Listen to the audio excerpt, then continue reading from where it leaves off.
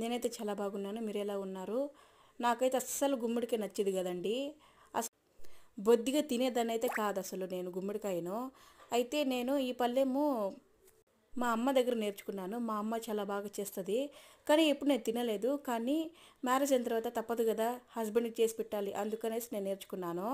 ఒకసారేమో చేసి పెట్టేశానండి. అంతే మా ఆయన అయితే అదే పనిగా తెస్తూనే ఉంటాడు చేసి పెట్టమని చెప్పేసి. సరేలే ఇంక మన కోసం కాకపోయినా వాళ్ళ కోసమైనా చేసి పెట్టాలి కదా! అందుకే నేర్చేసుకున్నాను.